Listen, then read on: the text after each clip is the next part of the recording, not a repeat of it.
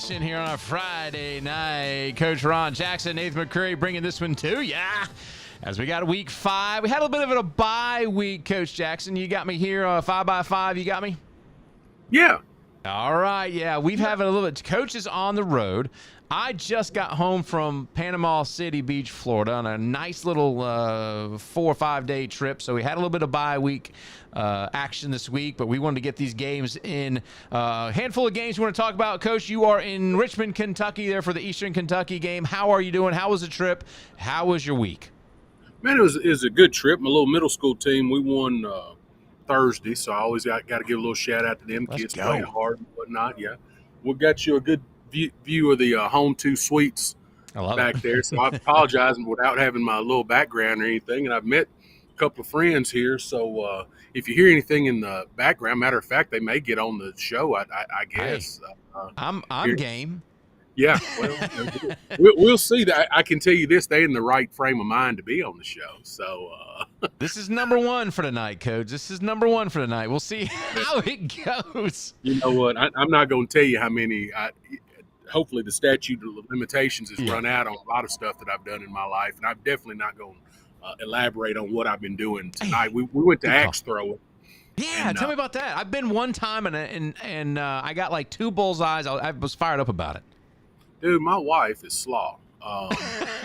She tried the axe, the big axe is a little 2-hand over the top.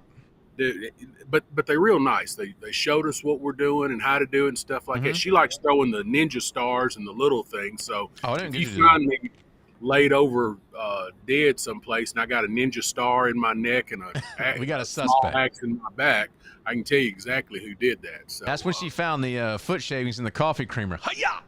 Yeah, no, dude, I dumped that. I told you I dumped that out. You better. Yeah, I know you did, Coach. Yeah, I know you did. Only good thing is, like I said, it didn't land in the collagen, which would have been a worse. I know. This is a very crazy story. It's a crazy story. You got to keep your collagen and your creamer and your foot shavings completely separate. That's exactly right. I should.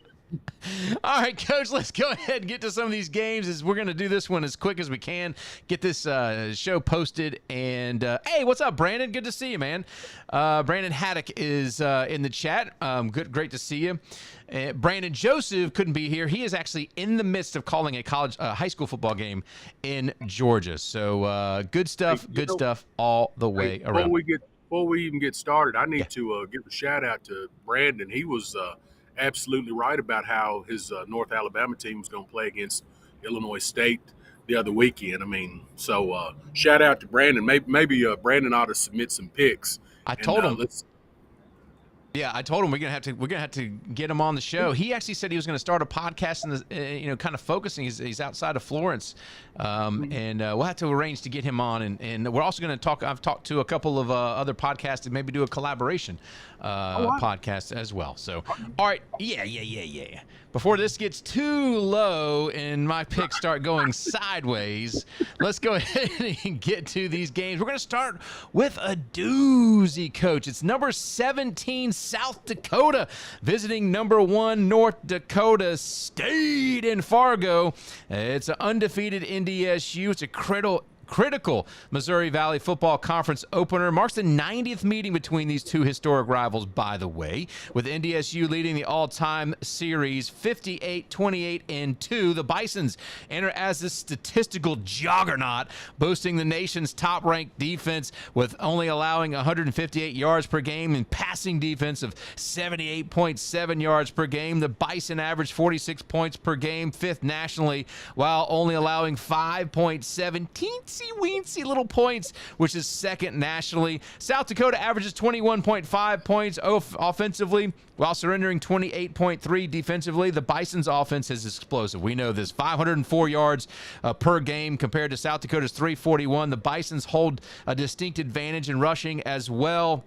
passing and time of possession, but the Yotes have a running back named L.J. Phillips Jr. He ranks 6th nationally, 129 rushing yards per game, and has 6 touchdowns. Aiden Bauman is the quarterback there for the Coyotes, and he's got 559 yards passing, 5 touchdowns, and shown a great efficiency behind an offensive line that has allowed only 1 sack, Coach Jackson. Defensively, NDSU has Toby Aneen and Logan Kopp.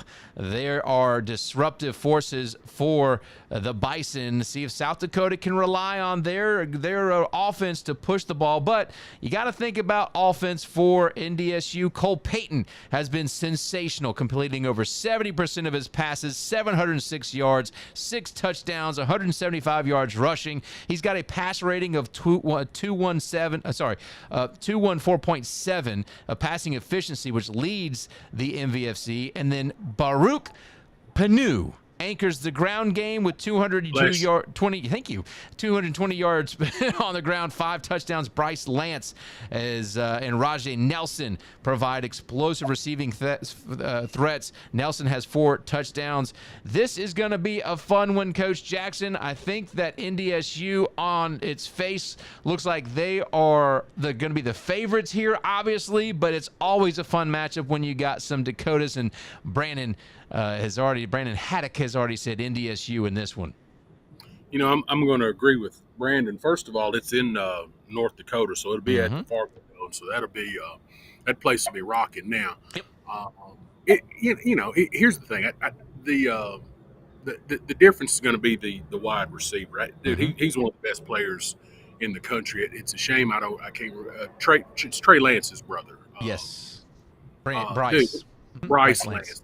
He is almost unguardable at the FCS level. Now, I will say this: South Dakota's lost a lot on defense, but they kind of got their get back last week. I think they got their offense back a little bit last week, but it's going to be tough. Who was that, and who picked against them?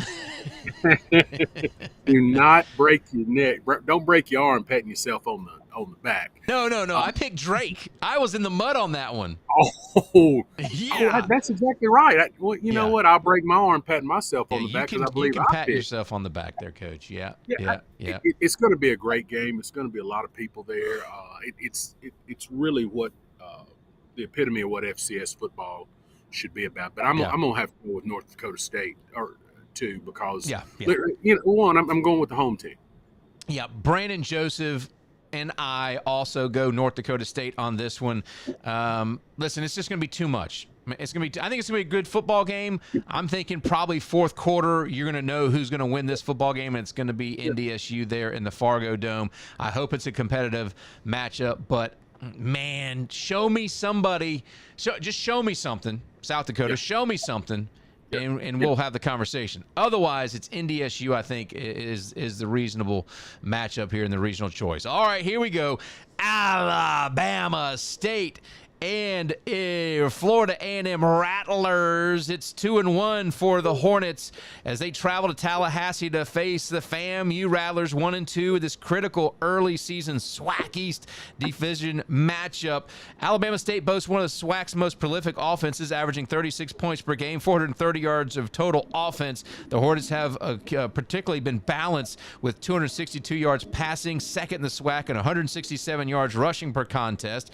FAMU's offenses struggle to find some consistency, averaging just 18.7 points per game there, Coach. Not so great, 343 yards of total offense.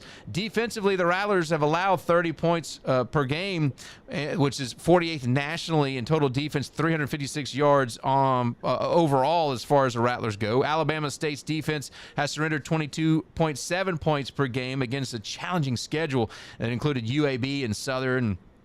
So you got to have to figure out, okay, well, let's look at our key players. The Hornets, led by quarterback Andrew Bodie is how I've heard it's pronounced, who ranks first in the SWAC in passing efficiency with 761 yards and 10 touchdowns. No interceptions. That's huge. He's a dual threat. He's got almost 200 yards on the ground as well. Makes him especially dangerous. Jalen Jones is a wide receiver, leads the conference in receiving yards with 108 per game. Has also recorded 3 touchdowns, while FAMU continues to check out R.J. Johnson III, third, who's thrown 677 yards and 4 touchdowns. The Rattlers' most explosive weapon is Carney Wiltshire, who averages almost 100 yards all-purpose per game and leads the team with 170 yards through the air. Running back Thad Franklin Jr. paces with 171 yards on the grounds. Hey, Coach, this one could be one of those that comes down to special teams. Both teams feature really good, reliable kickers. Brandon Gilliam, 4 for 5 in field goals, and FAMU's Daniel Porto, 5 for 6 in field goals.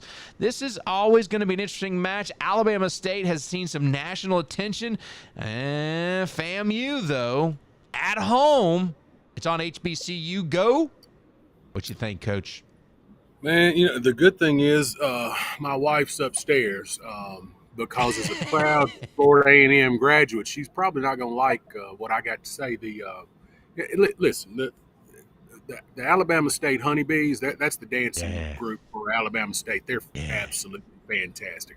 The Marching 100 for FAM is going to be in full effect. So if you're in for you're in for a treat for a halftime show, and I think you're in for a treat on the field too. Okay. But I'm gonna have to, man. Florida A&M's kind of disappointed me a couple of times on offense this year. You know what? I'm gonna ask one of these folks here. If you had Alabama State or Florida A&M, who would you pick? Okay, so I got one guess that says Florida A&M, so I'm gonna have to go with Alabama State. She's a nice lady, but she doesn't. She didn't really give me a whole lot of confidence. Yeah, so it sounded a little weak. That sounded a little weak effort. I'm going with the I'm going with the Alabama State.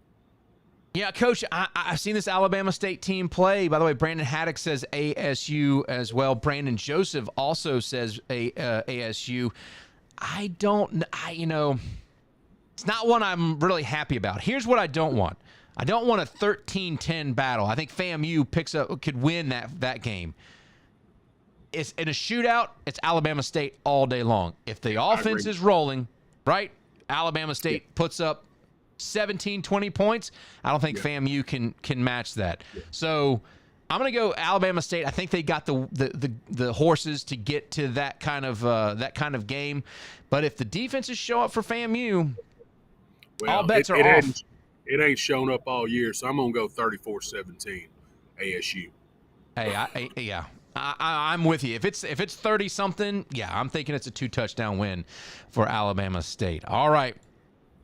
Up next, we got William and Mary at number 20, Villanova. Two traditional CAA powerhouses clash in this one. William and Mary averages 24+ points per game, almost 25 points per game, while Villanova produces just 21 points per contest. The Tribe boasts a balanced attack, 209 yards through the air, 120 yards rushing, while Nova leans more heavily on that pass game, 242 yards per game with 121 yards on the ground.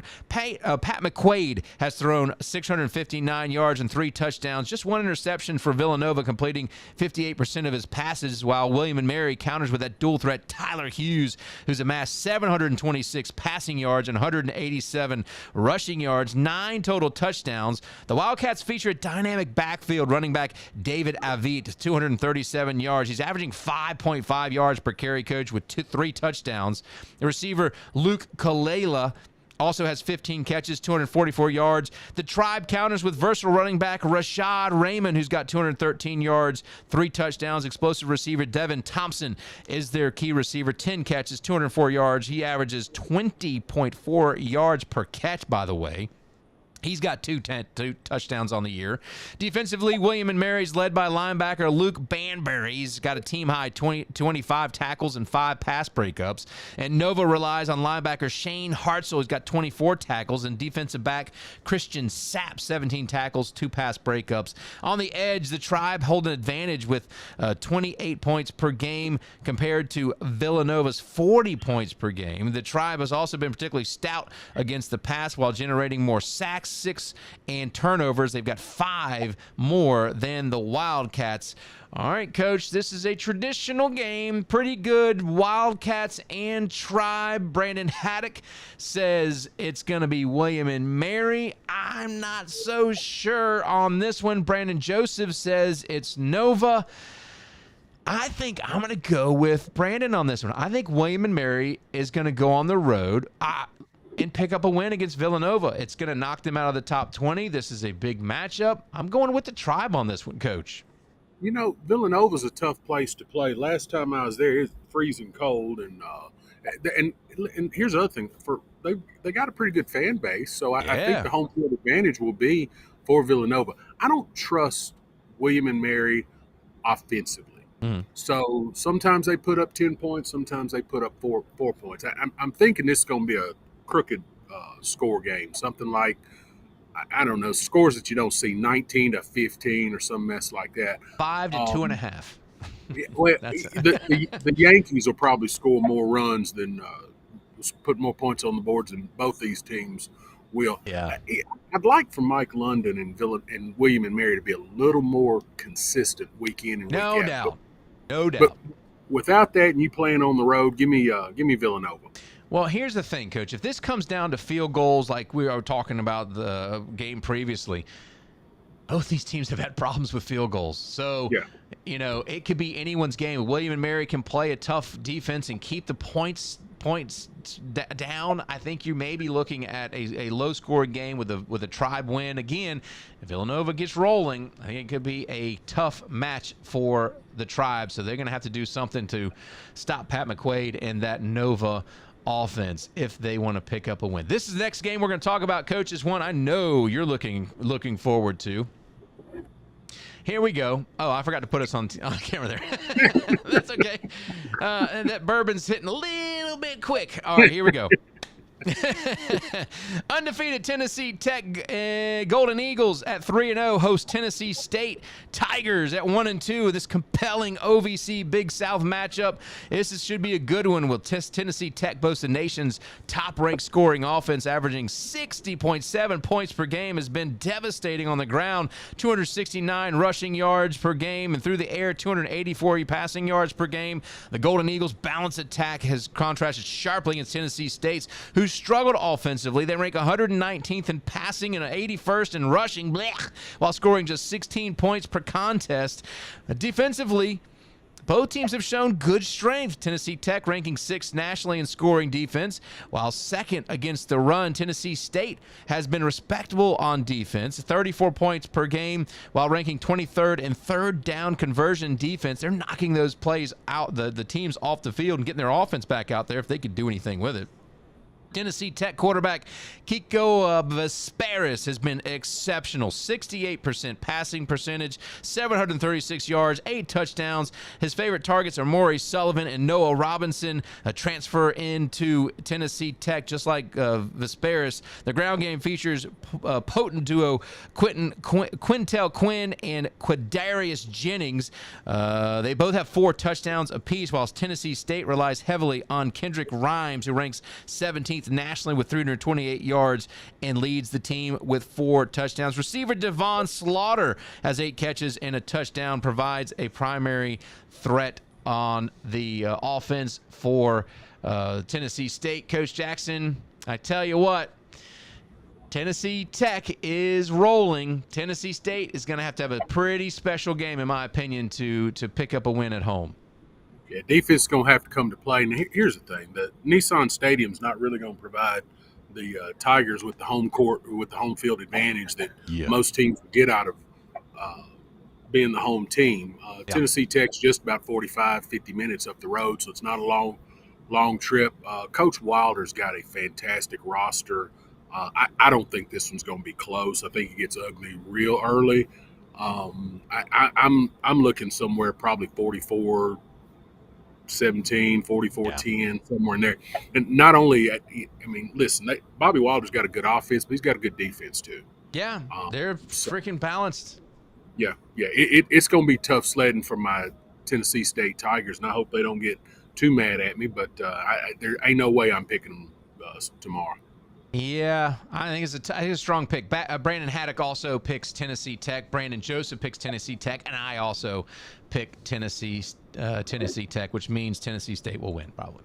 All right, we've got Abilene Christian. They've climbed that ladder, Coach. They're sitting number 12th in the nation versus UIW. And a lot of these teams, the UIW had a lot of people thought this was a up-and-coming team, and they're going to have a good season. So far, not so much. Two Texas rivals clash.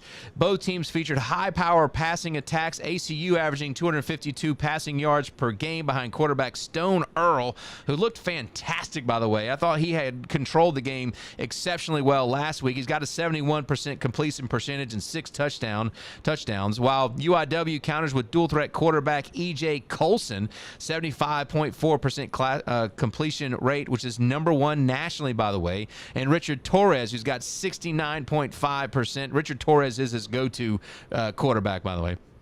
That's who you're going to see under center. The Wildcats hold a slight edge in scoring, 25.3 points per game to UIW's just 20 points per game. Defensively, UIW has shown some resilience despite the record, ranked 35th nationally in third down defense and 46th in red zone defense. They're stopping teams at an 80% clip. Abilene Christian's defense has generated more turnovers, 7 versus 3, but has allowed more points. So we shall see. It's the playmakers we're going to feature. Running back Jordan Vaughn has 188 yards and 2 touchdowns for Abilene Christian, and Ravon Banks Jr.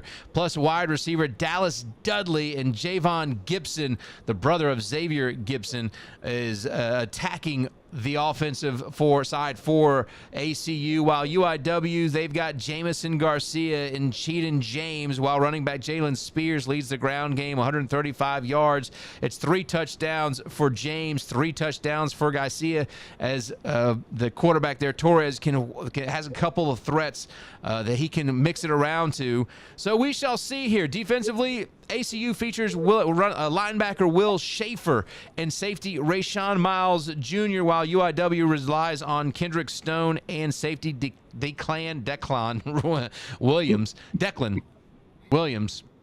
Thank you. And all right, so this is going to be an interesting one, Coach. Abilene Christian, UIW. A lot of people said this is going to be a team that UIW, a team that's forced to be reckoned with, and they just haven't been that team. So Abilene Christian rolling some confidence. They should handle this one. It's on the road. I'm going ACU. Brandon Haddock has ACU by 30. I don't know if it's going to be 30, but I'm going to say it's going to probably by more than 10. Well, Brandon been in the sauce tonight, so hey, congratulations. You know what? Yeah, dude, I'll say this. Incarnate Word was preseason number 4. Yeah. And they deserved it. They've got a good roster, but with the amount of transfers, it takes a little time to get put together. So now that we're a little bit down in the season, looked like last week they got their offense going. If they can stop Abilene Christian, get a couple of turnovers, listen, they're going to score a lot of points. Yeah. So for me, it comes down to, I think Incarnate Word's at least going to put 30 on the board. I don't know that Abilene Christian puts 30 on the board on the road. So I'm going to go out on the aisle and I'm going to give you an upset for Saturday, and I'm going with the Cardinals. I think the Cardinals win it in a thriller. Wow, that's a shock. Okay, that's Brandon Joseph also has a upset with UIW.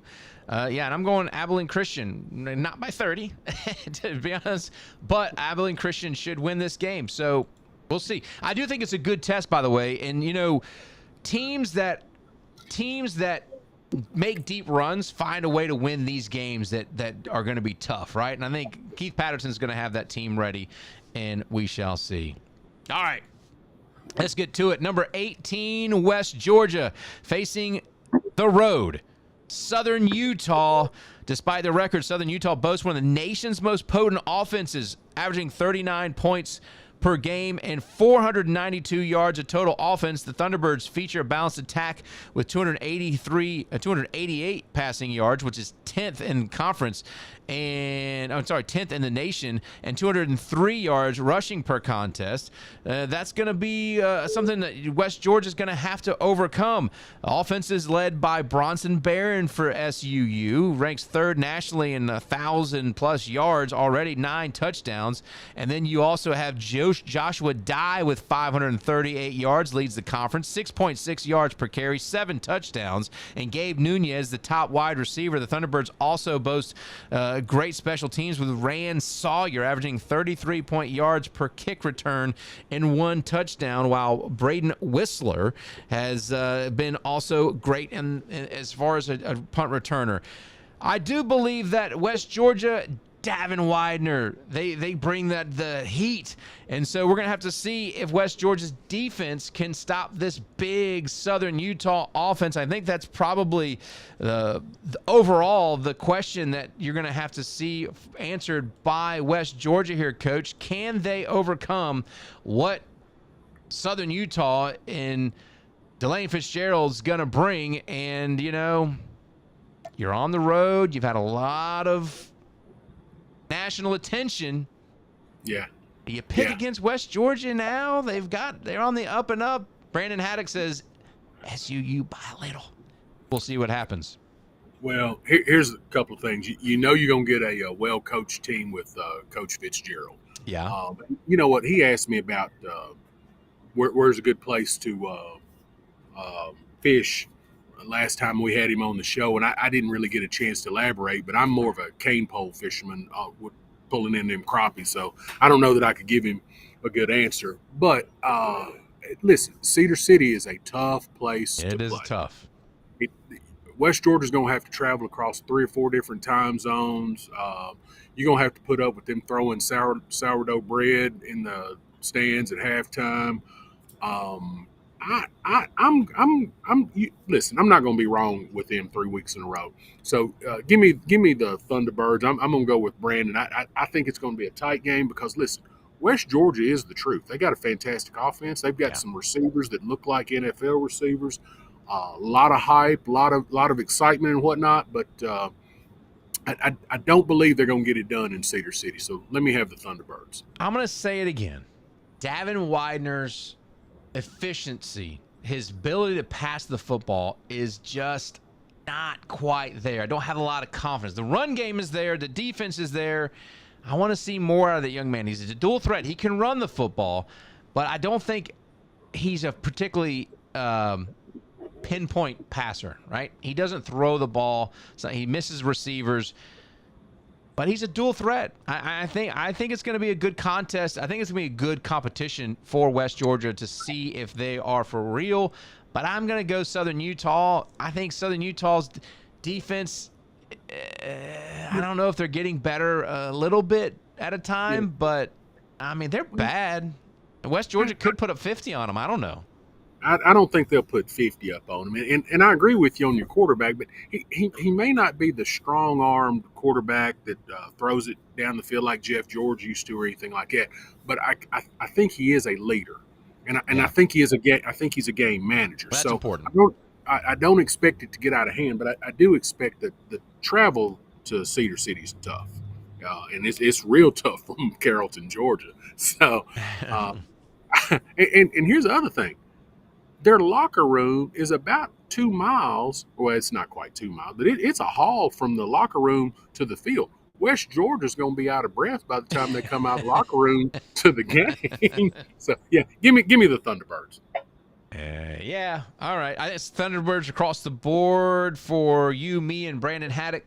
Brandon Joseph. I mean, give me the Thunderbird like right now. It's 10:30. Oh, yeah. I'm running low. By the way, is there any better sound? Wow. There. Hey. Yeah, I hit mine.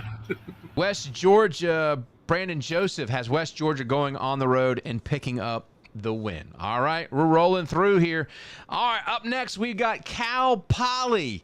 8 p.m. ESPN Hornet Stadium facing Sacramento State Hornets. They're number 21 in the nation. Both teams, again, scoring some points. Sacramento State, 28.5 points per game. Cal Poly, 30.8 points per game.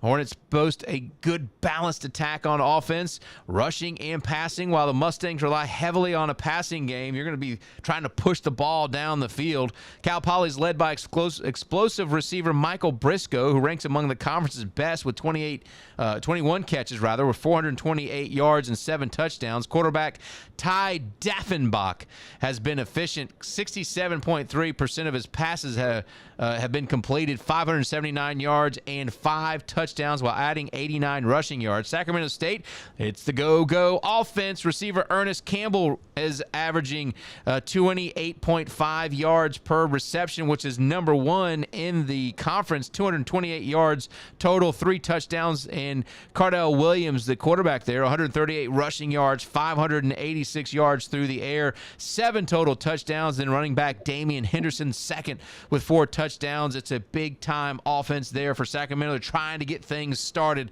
there in that go-go.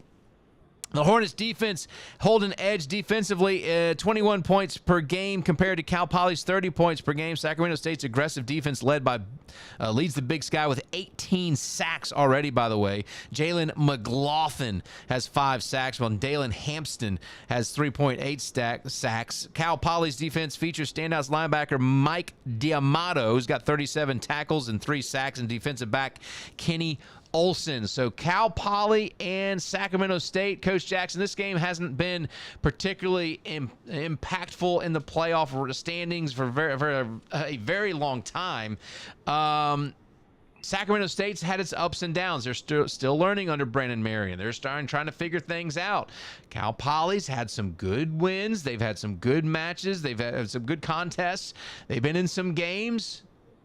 What you thinking here?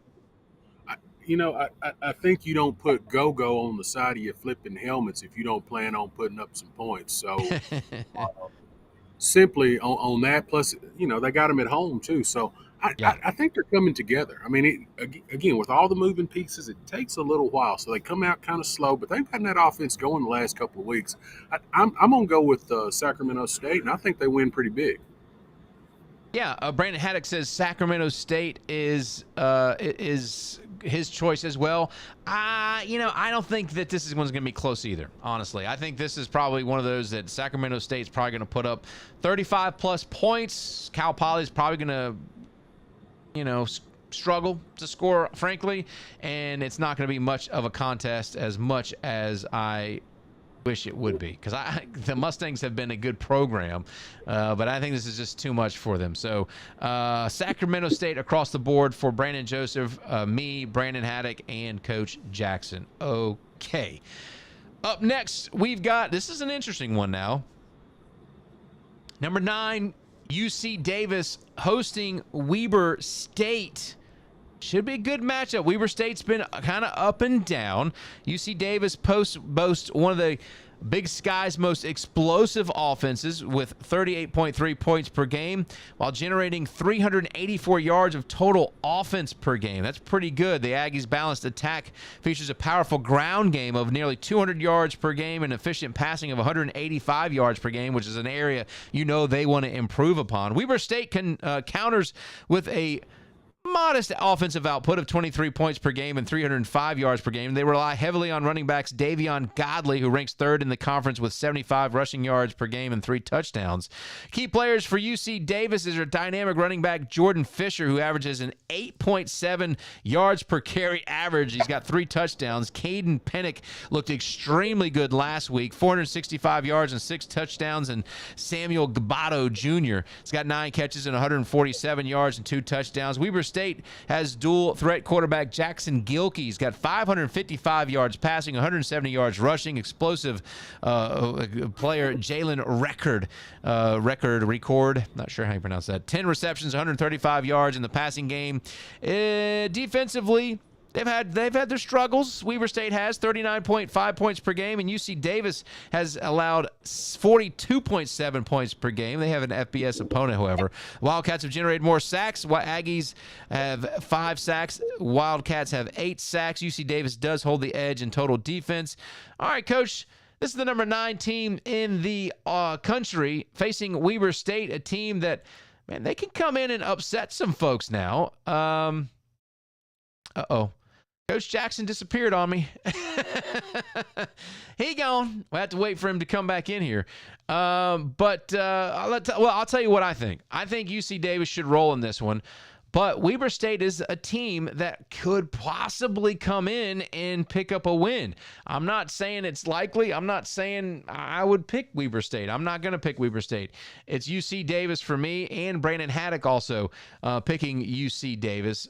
This is one of those games that, okay, you're UC Davis. You're ranked number 9 in the country. You should roll in this one. Let's see if UC Davis and this young offense can roll, as Coach Jackson's calling back in here, and we'll get him back in. Coach Jackson, that Thunderbird strike, a little something happened. What happened? Well, dude, I don't have any idea. The internet outside the hotel just must have taken a day off too. But I can tell you this: I heard as much as I needed to hear. Coach Plow's going to put on a show. I fully expect Weber State to lay an egg. Now I'm saying that, so maybe that'll make the bulletin board before they take the field and they'll play a little bit better. But I fully expect UC Davis to take control of that game, and that's a 2-touchdown win for me. What I was saying while you were away, Coach, is this is the kind of game that UC Davis needs to roll in. Yeah. Your offense. They haven't had a particularly great. You haven't had a particularly great start to the season, right? Right. I mean, they're number 9, but it's just not the balance and just kind of the flow of the game hasn't particularly been there. So this is the kind of game that you want to make sure that they're rolling in. And that's where I think that's going to be a challenge for them. But Weber State's they've got some skills. But this is the kind of game that you want to see them roll, as Coach Jackson's freezing again in kind of like a prayer moment. Not sure what's going on there, Coach Jackson. We'll see if you get back in here. All right, and he needs to get back in because we have our final game of the afternoon or evening to review, and it is a big one. It is Idaho and the Grizzlies. Idaho Vandals, number 8 in the country. Number 5, Montana Grizzlies. Montana enters with one of the nation's most explosive offense, ranking 8th nationally, 43 points per game, and generating 527 total yards per contest. The Grizzlies' balanced attack features the conference's 6th-ranked rushing offense, 227 yards per game, 7th-ranked passing offense, 300-plus yards per game. Idaho counters with a more methodical approach, countering with a best time of possession with over 35 minutes per game. That's significant. The Vandals rely heavily on their ground game, 203 rushing yards while scoring 23.8 points per game. Montana is led by an explosive offensive running back in Eli Gilman, who tops the Big Sky with 9.9 yards per carry, 400-plus yards already, 6 touchdowns. Kelly Ayotte has been exceptional. 68% passing percentage, 863 yards, 6 touchdowns. Michael Wortham leads the conference with 157.3 all-purpose yards per game, and he's also return specialists. Idaho features dual-threat quarterback Joshua Woods, 314 yards, 665 passing yards, 6 total touchdowns. Versatile running back Art Williams, 291 yards, 4.9 yards per carry for catch, and receivers Emerson Cortez Menjiver and have 198 yards, as well as Ryan Joziario, who was 3 touchdowns. All right, Coach, we're going to bring you back in here. Idaho Vandals, it's Grizz. This is our marquee matchup of the weekend. Idaho traveling Montana. It's Moscow versus Missoula. What's your thoughts here? I think it's going to be a fantastic game. I'm going to be quick because I have no idea what's going on with my internet. So, honestly, I expect Montana to win a thriller, and I think you're going to get a bunch of shots of a great crowd, a great stadium. It's probably the game of the day. Yeah, I'm going to think I think you're the same thing. Brandon Haddock says he's going to stay with Idaho as long as the refs stay out of it. Refs ruin everything. Refs ruin everything. I can't say it enough. Anyway, listen, I like Idaho. It's a first-year head coach. Montana at home. ESPN2, by the way. ESPN2. Nah. Montana's going to pick up the win here. Montana Grizz is going to pick up a win here. I think all of us, Brandon Joseph has Montana. Coach Jackson, you have Montana. I've got Montana. Brandon Haddock has Idaho. We'll see, Brandon H. We'll see what happens. I think it's going to be a good matchup. Montana's got to start fast, in my opinion. Yeah. Got to start fast and got to finish strong. Idaho's not going away, I can tell you that. And you know, like I said, I expect it to be an absolutely fantastic game. I expect it to be a thriller. I expect Montana to win on the last second field goal. Oh, okay. So you think it's going to be that close? I wouldn't be surprised if I wouldn't be surprised if you see Montana control the game and pull away late and maybe win by a touchdown or something. I'm not sure. All right. Well, that's it, Coach. Thank you so much. I know it was a late night. Axe throwing. We've got bourbon here. I hope Brandon Haddock has, well, if he's 21 or older, I hope Brandon Haddock has a adult beverage in front of him as well. We got a great stack of FCS games we didn't really talk about, which we'll talk about during the previews, the reviews, the FCS wrap-up show. Don't have a date for it yet. We're going to try and find out when Brandon's available and get Brandon Joseph back on the show. But we also want to have Brandon Haddock on the show as well. So we shall see what happens. Great viewership here late. We didn't even advertise this, and we've got lots of people viewing. So don't forget to like and subscribe to the show. It helps us out, and it's free. It helps us grow, and the more you watch and the more subscribers, then we can develop a way to monetize and actually give back to the viewers through giveaways and through contests and all that kind of cool stuff. So I really do appreciate everybody. Brandon Haddock says that he's probably older than me. I'm not. Maybe he is. Maybe he is. Malibu Trojan says, "Fight on, Vandals!" Right. So we shall, Brandon, I'm 51 years old. So we'll see. Yeah. And Coach Jackson's 37. So yeah, I don't get, you know what? I do need to tell you this though. I shaved and, shaved my hair. I was going to say, you thinned in here. Yeah. Well, when I showed up in my middle school practice, my kids didn't recognize me. I had one of them stupid little son of a guns come up and ask me, was Coach Ron coming to practice today? Yeah, dude, I shot him a bird too. I was like, dude, get away from me. And he was like, oh, you are Coach Ron. So funny, Coach. Let me tell you, I love playing. I grew up in Hampton, Virginia, and football there in that part of Virginia is pretty, it's important. Pretty intense. And I remember, I wish I recalled the coach's name, but I don't. It was the kind of coach that if you were late to practice, and I was, you had to run the gauntlet. I mean, it was Oklahoma drills, right? And you got pounded, right? I never forget.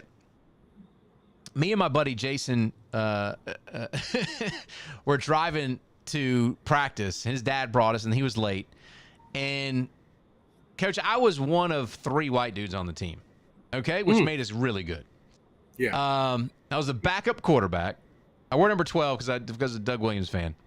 Mm-hmm. But as we're getting close, as pulling into the practice field, I hear something, and it sounds pretty rhythmic, right? And we had chants, right, that we'd hit our thigh pads in, whatever, right? And you'd have those chants and stuff. And I'm like, okay, what are they chanting? And as I'm getting closer, I hear fresh meat, fresh meat, fresh meat. I said, oh no!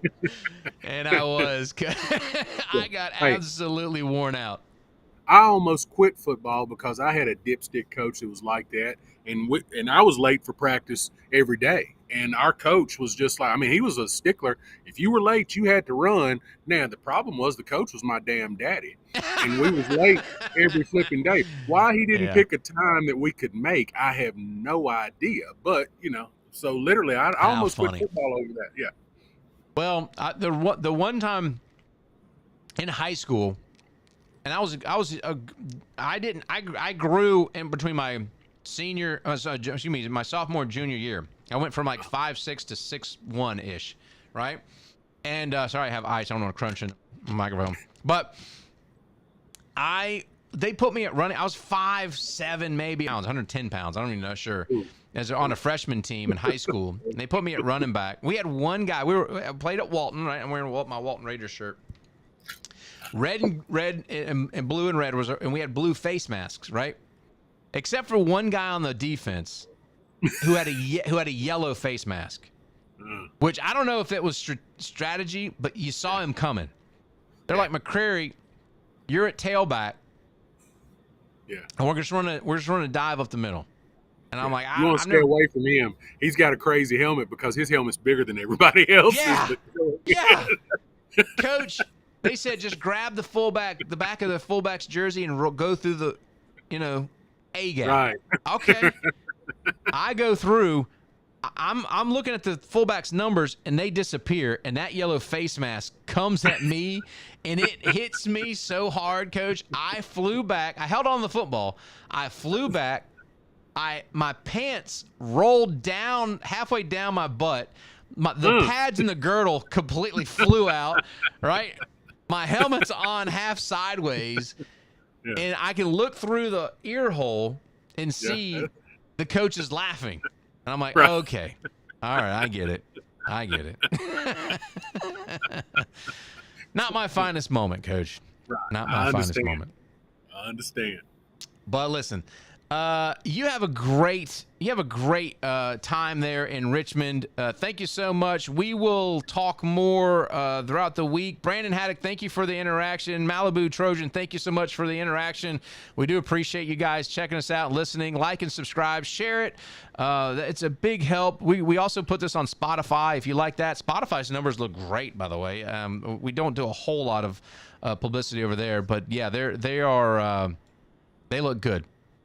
So, listen, have a great weekend there in Richmond, Coach. Great football. Be safe traveling home, and I'll text you and Brandon, Joseph, about Sunday. We'll try and get Brandon Haddock, see what his schedule looks like, see if we can coordinate here soon on the show. Any final thoughts, Coach Jackson? You know what, dude? Let me tell you, it's a pleasure to be here and to be able to do this and to bring this to all our fans and whatnot. I'm glad to see the show's growing. I'm glad to see we're getting a little interaction. And roll Kearns. Yeah, someone did ask you to take your shirt off, but I think it was a troll. Unless you happen to know somebody named Didninski Shernifferson. Oh, yeah. I do not know that. No, I'm not taking my shirt off. And nobody wants to see that. I don't mind telling you. Yeah, trust me. Funny thing here, Coach.